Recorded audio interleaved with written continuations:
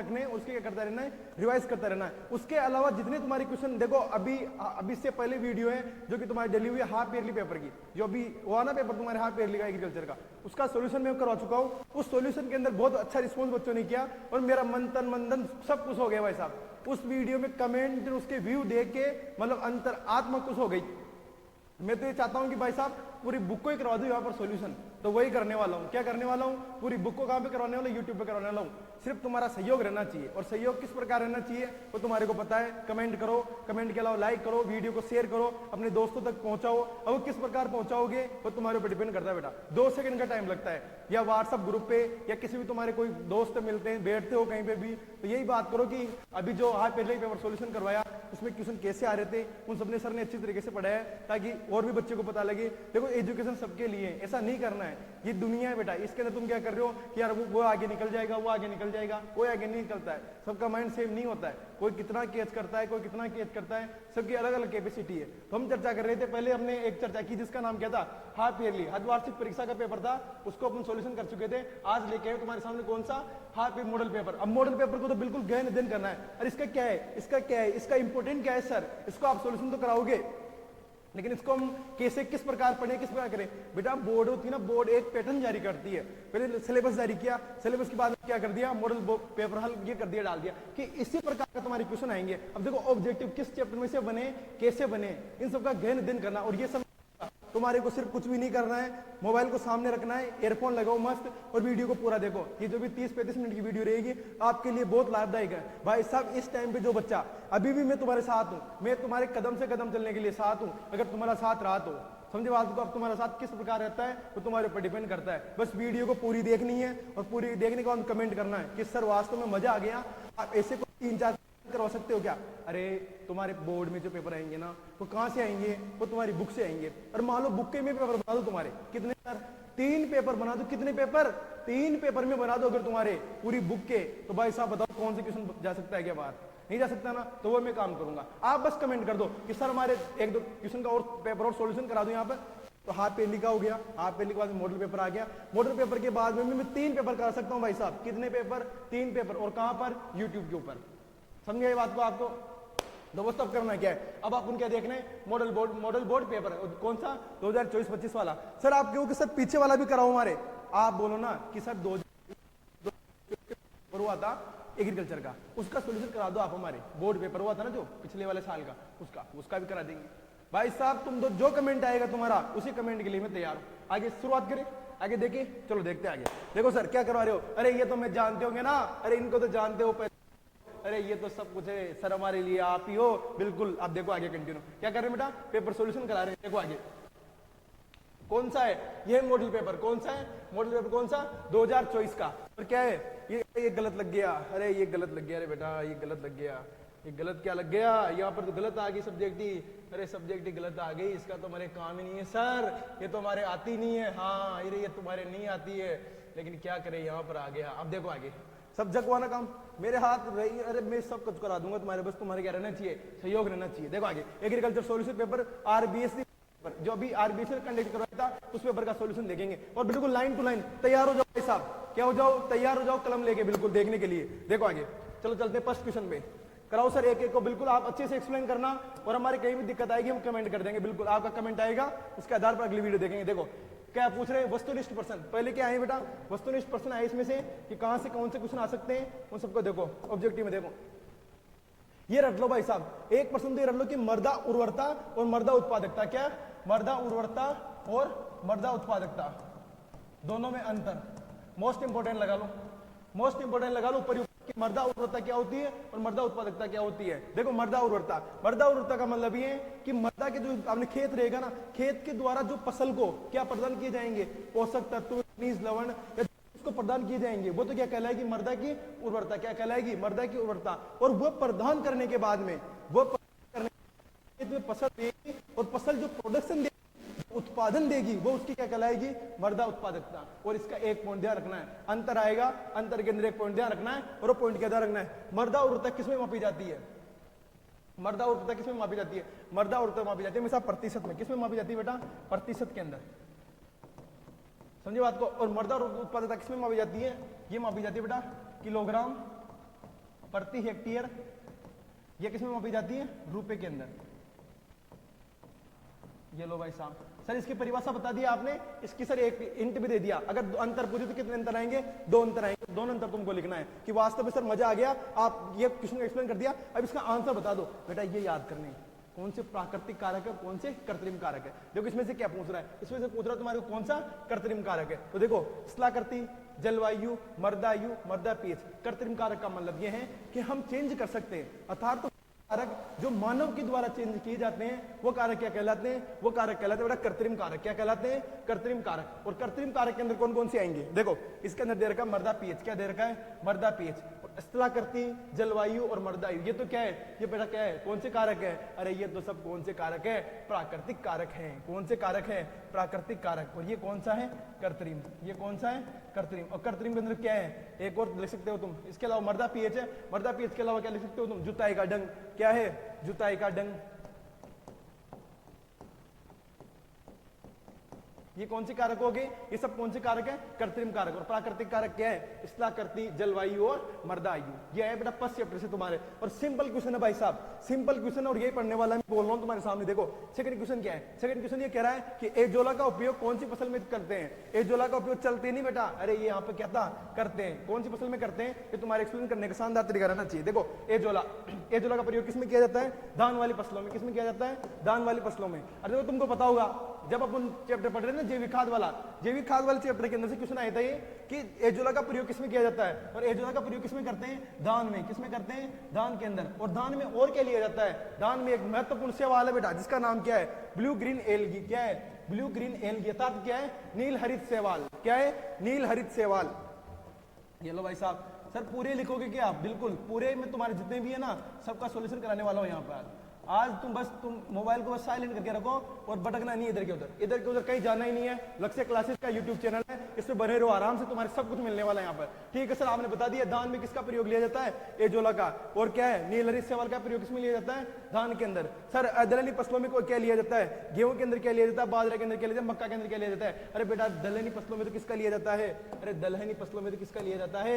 यहाँ लिखो, अगर दलहनी पूछ ले तो दलहनी में किसका प्रयोग करेंगे अपन? राइजोबियम का। किसका करेंगे? राइजोबियम का।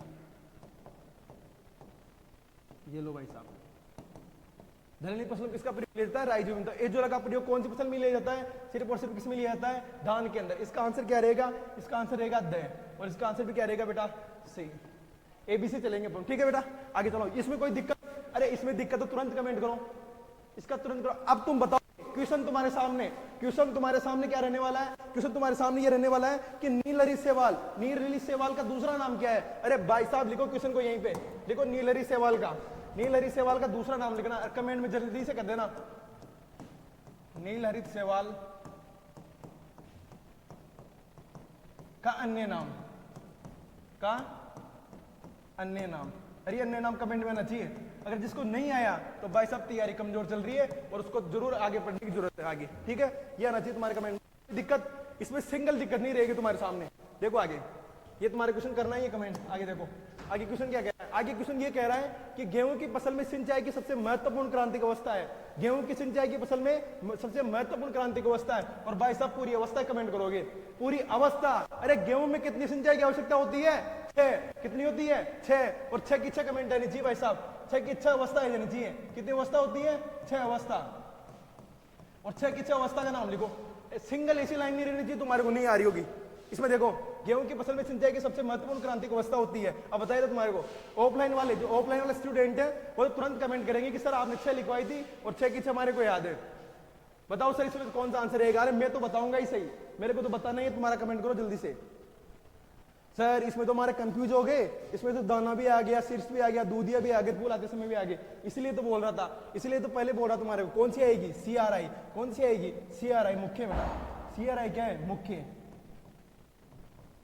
और दूसरी कौन सी है? दूसरी बेटा पस्ट तो ये है। अगर तुम्हारे को पस्ट मिले, अरे तुम्हारे को पस्ट मिले ना तो पस्ट तो क्या करनी है? पस्ट तो क्या करनी है? CRI करनी है। और सेकंड मिले तो सेकंड क्या करनी है? कल्ले निकलते समय। क्या करनी है? कल्ले निकलते समय।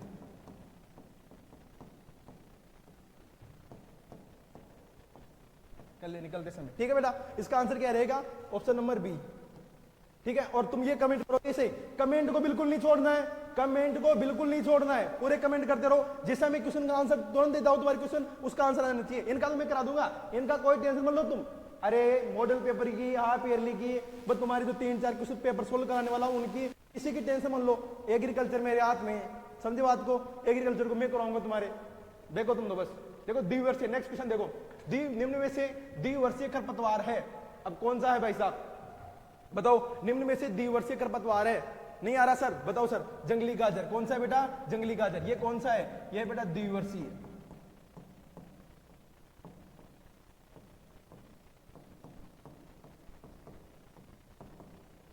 कौन सा खरपतवार है, ये द्विवर्षीय खरपतवार। आगे देखो,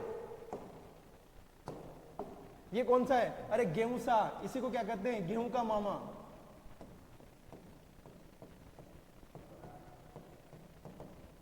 और ये क्या है, ये सब क्या है, ये 1 वर्षीय, और ये कौन सा बेटा, द्विवर्षीय। और ये कौन सा है, रबी ऋतु का, कौन सी ऋतु का है, रबी ऋतु का।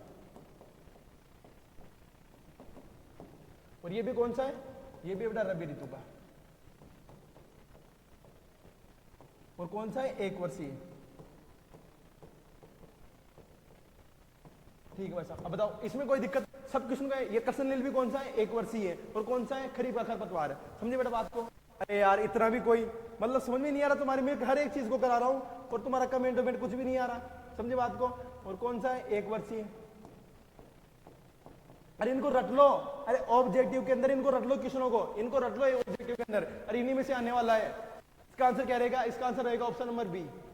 देखो नेक्स्ट क्वेश्चन क्या कह रहा है, नेक्स्ट क्वेश्चन ये कह रहा है कि निम्न में से वर्णात्मक शाकनाशी है, ये शाकनाशी है बेटा।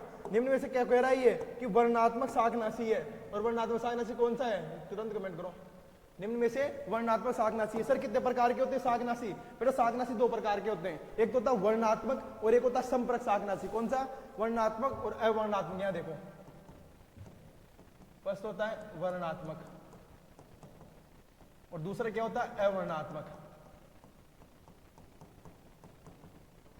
सर इनके वर्णात्मक और अवर्णात्मक मतलब क्या होता है, देखो आराम से। वर्णात्मक का मतलब ये होता है बेटा कि जैसे तुम किसी भी खरपतवार पर प्रयोग करोगे ना, वो तुरंत संपर्क में आ जाएगा। वर्णात्मक शाकनाशी का मतलब क्या होता है, जहां पर डालोगे वहीं पर रहेगा, समझी बात को। अवर्णात्मक क्या है कि पूरे उस पर फैल जाएगा वो, समझी बात को। क्या है वर्णात्मक का मतलब, क्या है वर्णात्मक शाकनाशी कौन सा है, वर्णात्मक शाकनाशी का नाम है 2,4-D। क्या है, 2,4-D। अरे एक काम करोगे तुम क्या करोगे, 2,4-D का पूरा नाम क्या, 2,4-D का पूरा नाम लिखो, कमेंट करोगे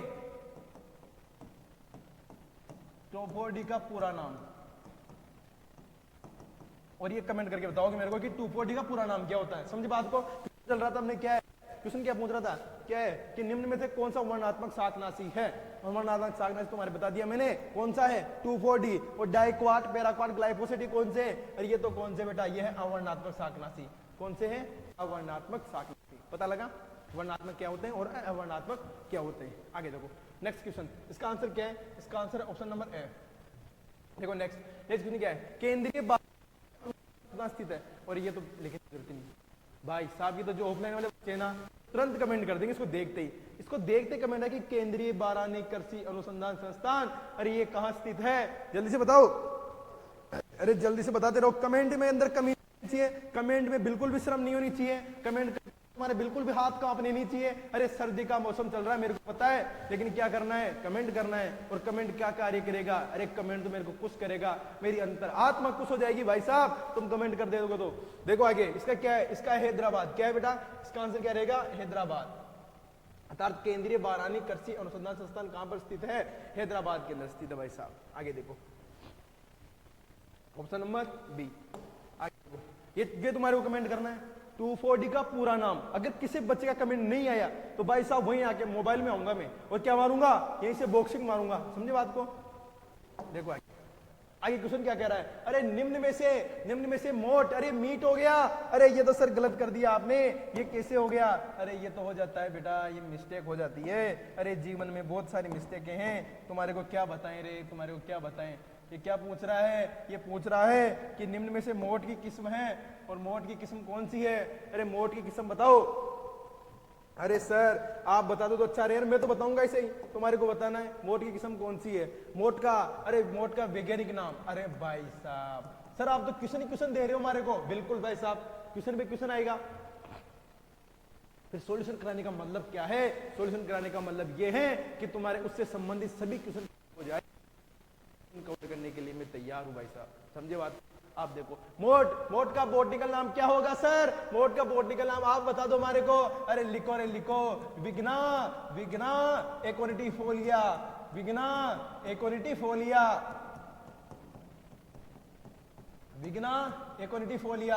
अरे सर आपने कमेंट कर दिया, आप तो हमारे को दे रहे थे। अरे तुम्हारे को 2 क्वेश्चन दे रखे हैं, उसके तो कमेंट तुम्हारे से हुए नहीं, अब तुम्हारे को क्या क्वेश्चन दूं मैं?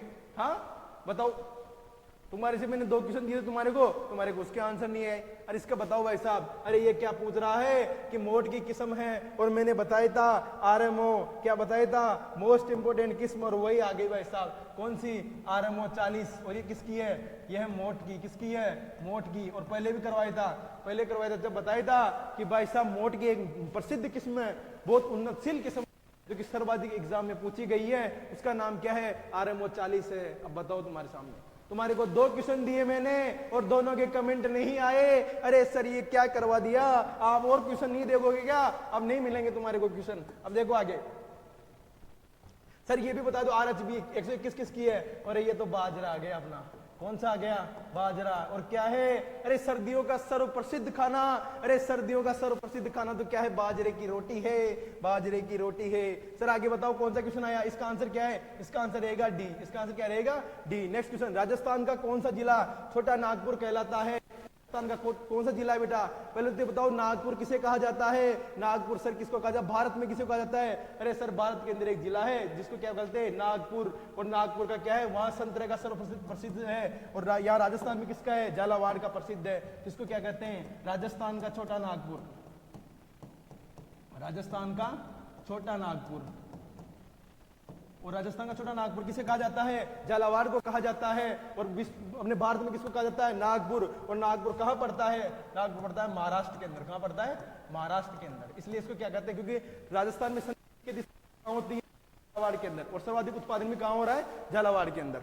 इसका आंसर क्या रहेगा? इसका आंसर रहेगा द। मेरे को एक कमेंट करो जल्दी से, मेरे को एक कमेंट करके बताओगे कि नींबू वर्गीय, क्या नींबू वर्गीय फलों का अनुसंधान केंद्र कहां पर स्थित है? तुरंत कमेंट कर दो भाई साहब। नींबू वर्गीय फलों का अनुसंधान केंद्र। अरे ये जिसको नहीं आया इसका मतलब वो चैनल पे बना रहना चाहिए भाई साहब। जिसको ये क्वेश्चन नहीं आ रहा ना, इसका मतलब है वो बच्चा भी थोड़ा नॉर्मल है। अरे मैं हूं, दिक्कत ही नहीं लेनी है, एग्रीकल्चर में दिक्कत ही नहीं लेनी है। जितने पेपर है तुम्हारा कमेंट बताएगा। अब तुम्हारा कमेंट बताएगा कि क्या करना है। नींबू वर्गीय फलों का अनुसंधान केंद्र, अरे ये अनुसंधान केंद्र कहां स्थित है? कमेंट करो। तुम्हारे मैंने 3 दिए, तुम्हारे को कितने क्वेश्चन दिए?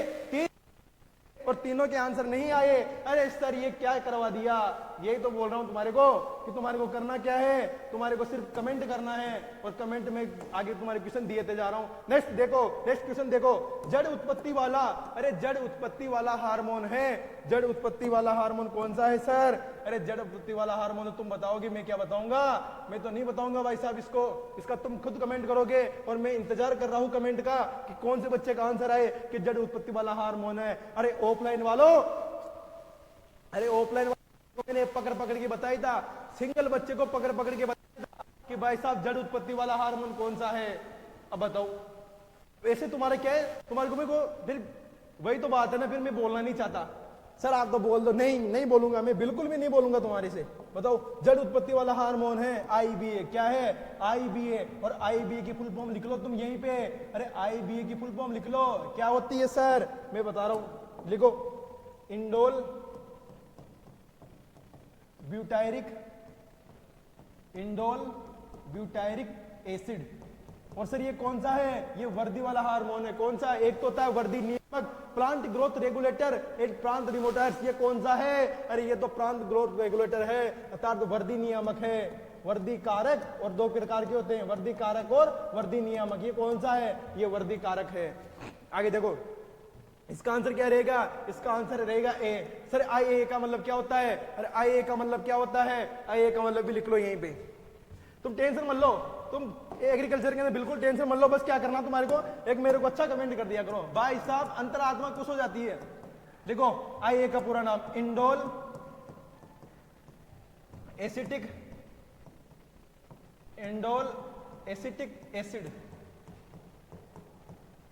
Indole acetic acid. IA का पूरा नाम क्या होता है? Indole acetic acid. और GA का मतलब क्या होता है? अरे GA का मतलब तुम्हारे को बता रखा है, क्या होता है? Gibberellic acid, gibberellic acid. ये लो भाई साहब, ठीक है। आगे देखो अपना क्वेश्चन क्या था। अपना नेक्स्ट क्वेश्चन क्या है? नेक्स्ट क्वेश्चन ये है कि पूसा डेलिसियस, पूसा डेलिसियस नामक किस्म किस फल वृक्ष की है? अरे ये तो बता रखा है भाई साहब। अब तुम क्या करोगे? अब तुम्हारा एक काम रह गया। सर अभी करोगे क्या? नहीं, लास्ट में। कब? जब लास्ट क्लास खत्म होगी ना अपनी ये वाली, कौन सी? मॉडल पेपर वाली, तब तुम क्या करोगे? तुम्हारे को मैं 3 फल वृक्ष दूंगा। कितने फल वृक्ष? 3। और तीनों की 4-4 उन्नतशील किस्में लिखनी। कितनी लिखनी है? 4-4। और नहीं लिखा कमेंट किसी ने तो देखना भाई साहब, मैं यही हूं। मैं क्या मार दूंगा? मैं बॉक्सिंग मार दूंगा। अरे बॉक्सिंग मारना मेरे को आता है। ऑनलाइन भी मार सकते हो क्या सर? बिल्कुल ऑनलाइन भी मार सकता हूं मैं। देखो आगे, पूसा डेलिसियस नामक किस्म किस फल वृक्ष की है? और किसकी है ये? पपीता की। सर पपीता की और कौन सी है? अरे पूसा मेजेस्टी। क्या? पूसा मेजेस्टी किसकी है? पपीता की। अरे ये तो मैजिक करती है। क्या करती है? मैजिक करती है। और एक कौन सी है? एक CO5 और एक कौन सी है? CO2। अरे ये सब किसकी किस्में हैं? ये सब पपीता की किस्में हैं। सर क्वेश्चन दे दो हमारे को एक, ले लो भाई साहब। पपीता का वानस्पतिक नाम क्या होता है? क्वेश्चन लिखो जल्दी से, जल्दी से क्वेश्चन लिखो। पपीता का बॉटनिकल नाम, जल्दी से कमेंट करो। पपीता का बॉटनिकल नाम, जल्दी से कमेंट करो भाई साहब। ये क्वेश्चन तुम्हारे मोस्ट इंपोर्टेंट है। सॉल्यूशन कराने का यही मतलब है कि तुम क्या करो, उससे रिलेटेड सब चीजें देखो। तो देख लिया? ये क्वेश्चन कमेंट कर देना तुरंत। देखो इसका आंसर क्या है? इसका answer option number C. Sir आम की भी बता दो आप। आम की लिख लो बेटा। आम की 2-3 किस्में लिख लो उन्नतशील। लिखो, पहली कौन सी है? अल्फांसो। नेक्स्ट कौन सी है? दशहरी। और कौन सी है? लंगड़ी। और कौन सी है? आम्रपाली। अरे सर पूरी लिखोगे क्या? नहीं बेटा 4। कितनी लिखूंगा? 4। ठीक है साहब, ये हो गया। आगे क्वेश्चन में देखो इसका आंसर क्या था? इसका आंसर होगा सी। देखो आगे, ये कमेंट करना तुम्हारे को। आगे देखो, आगे देखो, आगे क्या है? मुरब्बे में, मुरब्बे में कुल घुलनशील ठोस की पदार्थ की मात्रा होती है TSS। क्या बताना है? TSS। मुरब्बा में क्या बताना है बेटा? TSS। और तुम चाहते हो, तुम क्या चाहते हो? किस तरह हमारे को ये मिल जाए? क्या मिल जाए? इसका जो पैनल पे ये PDF लग रही है ना, अरे जो मैं लिख रहा हूं ये मेरी हैंड राइटिंग, सर आपकी हैंड राइटिंग बहुत मस्त आती है। अरे वो तो मेरे को पता है। ये बात मत बताओ, तुम ये पूछो कि सर ये कहां मिलेगी? अरे ये तो मिलेगी टेलीग्राम पे। कहां मिलेगी? टेलीग्राम पे मिलेगी। और टेलीग्राम पे जाना पड़ेगा क्या सर? बिल्कुल बेटा, टेलीग्राम पे सब लक्ष्य क्लासेस देवली, या फिर हमारे नंबर है कोचिंग के, कोचिंग के नंबर पे आप मैसेज कर सकते हो 94 61 204 307। अरे रट लो इनको, इन सब नंबरों को रट लो तुम, और इन पे क्या करना है? मैसेज करना है। इस तरह हमारे ग्रुप में ऐड कर दो तो हमारा एक चैनल बना हुआ है, वहां पर सब PDF मिलने वाली है। अरे बेटा लास्ट टाइम चल रहा है, लास्ट समय चल रहा है, इस टाइम पे कोई गलतबाजी नहीं, कोई जल्दबाजी नहीं। बिल्कुल क्या करना है? जैसा सर ने पढ़ा दिया उसको अच्छे से पढ़ो। कोई भी दिक्कत लगे